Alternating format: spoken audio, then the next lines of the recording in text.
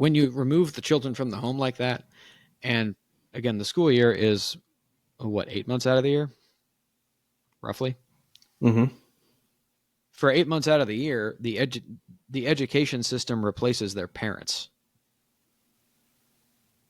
Your primary authority figure in your life is your teacher or your principal. Oh, television may say it's your father, but practically speaking, it's your teacher, who may have a very different idea about child rearing than your parents do, even though she's 26 and just out of teaching college and has no idea what she's talking about and doesn't have any children of her own. Mm-hmm. And again, these 26-year-olds just out of teaching college want to come into a classroom of 10, 11 kids, which is a modest-sized class for even today, and treat them all as though they're exactly the same person. Or have the only subdivision of the boys, it's like this, and the girls, it's like this. Boys have to sit in the front because they're necessarily going to be more rambunctious, and I can keep a better eye on them. So it's okay if the girls can't hear me because I'm keeping an eye on the boys and making sure they're not misbehaving. And for the girls, it's whatever it is. And then it ultimately just becomes all children in the classroom need to sit perfectly still and stare at the blackboard. Oh, you're a boy? No, now you're ADD. You're ADD now. You can't sit still? Well, you must have a disorder that we need to drug you up with to deal with. Damn, that's not necessarily an issue of women. That's not necessarily an issue of the 50s, but it's kind of like that.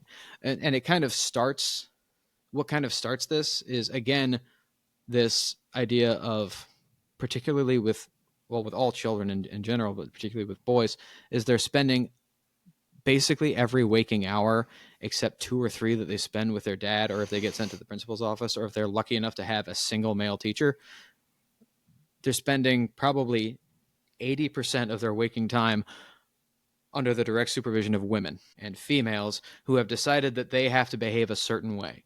That the women have decided that little boys need to behave the way women think they ought to behave. So, boys have a tendency towards aggression. Well, that's bad. We can't hit people. We mustn't hit anyone. We must never solve a problem with physical force, because that only leads to more physical force, and that's never good for anyone. So, we have to rise above and be better than physical force and not lower ourselves to that. And whatever it is. So basically, that's the start of boys being told that every masculine urge that they have is bad and wrong and needs to be suppressed. And then we'll get into that more later when we see about the effects of the 50s on the rest of the 20th century as far as family life is concerned. Yeah, we'll get into that more later, but just at a because their mothers are telling them the same thing. Yeah, so it's systemic.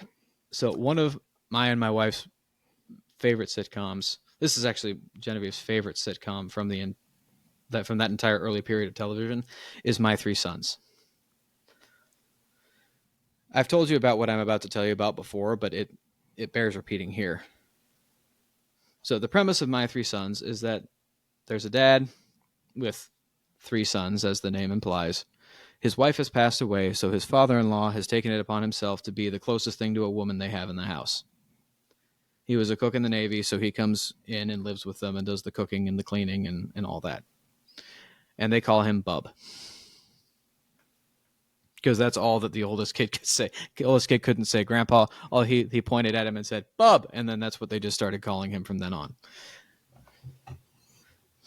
Which, Bub is a way better diminutive of Grandpa than a lot of the other ones that I've heard. So, there is an episode where the youngest boy, Chip,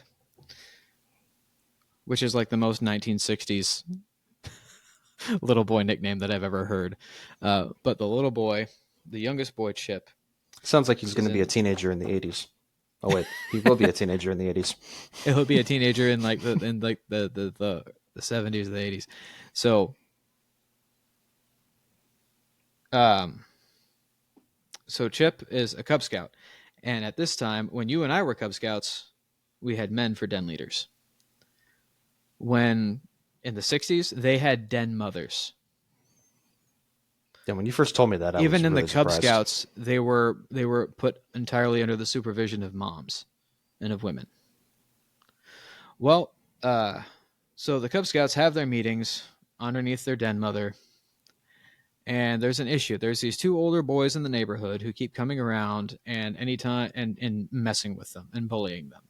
Anytime they build something, these two boys come in and they knock it down. Anytime they are having a conversation, these two boys come in and they're rambunctious and they interrupt it. And they're a couple years older than all the Cub Scouts, and they're significantly bigger. And so they're afraid of them. But naturally, when that happens, when aggression is done to a boy, he wants to respond with aggression. But this woman basically keeps telling them, we must rise above the simple aggression. That is a bad thing. We don't want to fight anybody because that's not good. All that does is cause problems. And I can understand where this comes from, because now your image of fighting is war. And you think that, the boys having, I'll meet you behind the bleachers in 10 minutes and I'll teach you a lesson. You think that's going to lead to a world war. Because I know a little bit of how a woman's brain works, I can see how that leap. So this is understandable, but it's also bad. Yep. And wrong. We don't want eye for an eye, but we don't want, you can't always turn the other cheek. There's such a thing as justice. This woman has been telling these boys that we need to rise above and we need to be better than that. And, not get our hands dirty in any way. And then by the end of the meeting, she says, we have to move away. I can't be your den mother anymore. And now they need a new den mother. Turns out none of the other mothers can do it. So the den is going to be dissolved. And then Chip speaks up and says, well, I don't have a mother, but I got a grandfather that's like the closest thing to a mother I've got. And so then the other women, because for some reason they have input, begrudgingly allow him to be the den mother. And along comes this bake sale. And Bub is played by William Frawley, so he's this short and stocky old cranky Irishman. Along comes this bake sale, and these boys have baked cakes. Because that's how I want my son to spend his time, is baking cakes. Even though baking is a spectacular art, it's a wonderful thing. Some of the greatest bakers in the world are men, but I digress. So there's this bake sale for a fundraiser or whatever, and these older boys come along and they start sticking their fingers in all the cakes and like tasting them and ruining all the cakes and all these other boys' hard work, because that's a difficult thing to do, especially when you're 7. Mm-hmm. So they don't notice Bub, and they're standing in front of these two cakes, like glaring or leering down at the younger boys, going, "Oh, what are you going to do about it?" And then Bub comes up behind them, and he puts his hand on the backs of their necks, not even on their shoulders, on the backs of their necks, and says, "Oh, you like the cake, do you? Well, then have some." And he smashes their faces into the cakes, and like swishes them around a little bit, and then lets them up, and they start crying and run away. And all the younger boys just start cheering, like, "Yeah, that was awesome." But all the other mothers are there. And they have just seen that. And now they go, "Oh, we don't want our boys around this man, because then they might become violent. That was crude and impolite, and we don't want our boys to do that sort of thing." So then they all just, one by one, drag their sons away and then try to vote to eject Bub as the den mother and dissolve the den, because they would rather have nothing for their boys to do with their spare time than have their boys spend their spare time with a guy who was actually just doing the right thing. Because again, it's this idea, a woman does not know how a boy is or how he thinks, because she never was one. A boy is not a male girl. And ultimately, that's what it comes down to. Like, you could nuance the discussion. You can say, ultimately, by the way, for anyone worried, it does turn out okay, and they do wind up allowing Bub to continue, because the sons are just so sad and depressed, and they look up to him so much.